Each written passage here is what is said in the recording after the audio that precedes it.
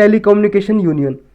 ये प्रीलिम्स के लिए इंपॉर्टेंट है, मेंस में भी पूछा जा सकता है, जीएस पेपर 2 में भी, 3 में भी पूछा जा सकता है। अभी देखो इसका एक नया इनोवेशन सेंटर बनाया गया है न्यू दिल्ली में विज्ञान भवन में, इसलिए न्यूज में है। प्राइम मिनिस्टर ने इनॉग्रेशन किया, इसका उद्घाटन किया, इसके नए एरिया ऑफिस और इनोवेशन सेंटर का। तो ये क्या है इंटरनेशनल टेलीकम्युनिकेशन यूनियन और इसका काम क्या है, हमें इसके बारे में जानना मेनली।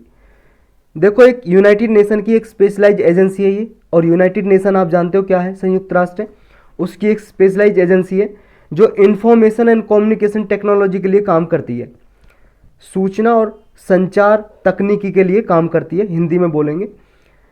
ऑर्गेनाइजेशन गवर्नमेंट और प्राइवेट सेक्टर को कोऑर्डिनेशन कराती है, यानी कि जो प्राइवेट सेक्टर हैं और गवर्नमेंट के जो एजेंसीज हैं उनका आपस में मेल कराना, कोऑर्डिनेट कराना, ताकि ग्लोबल लेवल पे टेलीकम्युनिकेशन और इंफॉर्मेशन कम्युनिकेशन टेक्नोलॉजी की जो सर्विसेज हैं वो प्रोवाइड की जा सकें। कब बनाया गया था इसको?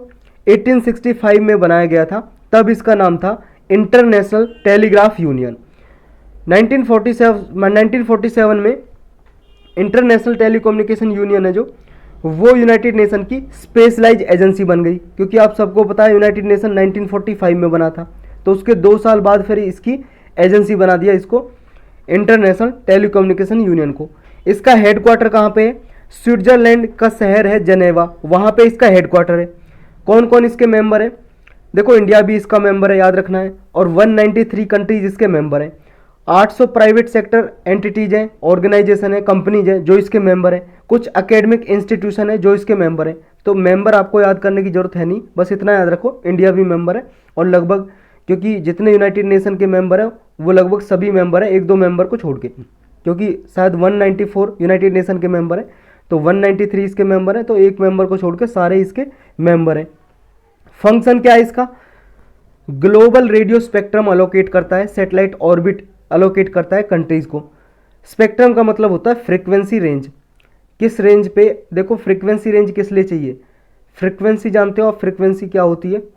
तो फ्रीक्वेंसी चाहिए आपको, मोबाइल पे बात करनी है तो उसके लिए फ्रीक्वेंसी रेंज चाहिए होती है किसी भी कंपनी को, जैसे मान लो एयरटेल है या फिर जियो है, इनको अपनी सर्विस प्रोवाइड करने के लिए एक फ्रीक्वेंसी रेंज खरीदते हैं गवर्नमेंट से।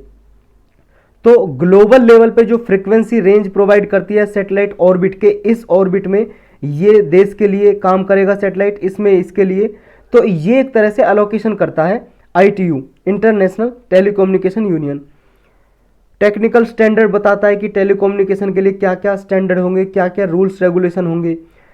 जो भी ऐसी अंडर सर्व कम्युनिटीज या वर्ल्ड वाइड, मान लो कोई एरिया ऐसा वहाँ पे टेलीकम्युनिकेशन सर्विस है ही नहीं, ना तो मोबाइल है ना वहाँ पे टावर है, यूज नहीं होता है टेलीकम्युनिकेशन सर्विसेज का, तो ऐसे एरिया में ये सर्विसेज को इम्प्रूव करने का काम करती है ICT सर्विस का, information and communication technology services को प्रोवाइड करती है ऐसे एरिया में।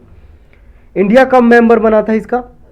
इंडिया देखो ब्रिटिश टाइम से ही इसका मेंबर है, ये बनी थी 1865 में, और इंडिया इसके मेंबर बन गया था 1869 में, जब गांधी जी का जन्म हुआ था। तो जो 1869 में इसका मेंबर बना और रेगुलर मेंबर बन गया ITU काउंसिल का 1952 में, आज़ादी के बाद। जो ITU का एरिया ऑफिस कहाँ कहाँ पे, इनोवेशन सेंटर कहाँ पे, देखो इसके कई सारे रीजनल सेंटर हैं जो कुछ कंट्रीज को सर्व करते हैं, आसपास की कंट्रीज को। जैसे इंडिया में है, इंडिया में देखो एक एरिया ऑफिस है अभी बना हुआ है मेहरौली में, न्यू दिल्ली में।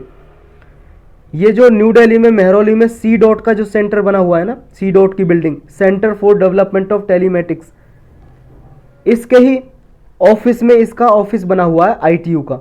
और ये देखो आसपास की कंट्री हैं, नेपाल, भूटान, बांग्लादेश, श्रीलंका, मालदीव्स, अफगानिस्तान, ईरान, इनको भी सर्व करता है ये ऑफिस, यानी कि टेलीकम्युनिकेशन की सर्विस प्रोवाइड करता है इनको भी।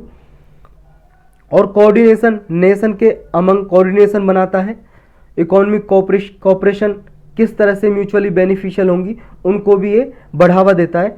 ये एरिया ऑफिस जो होता है इंटरनेशनल टेलीकम्युनिकेशन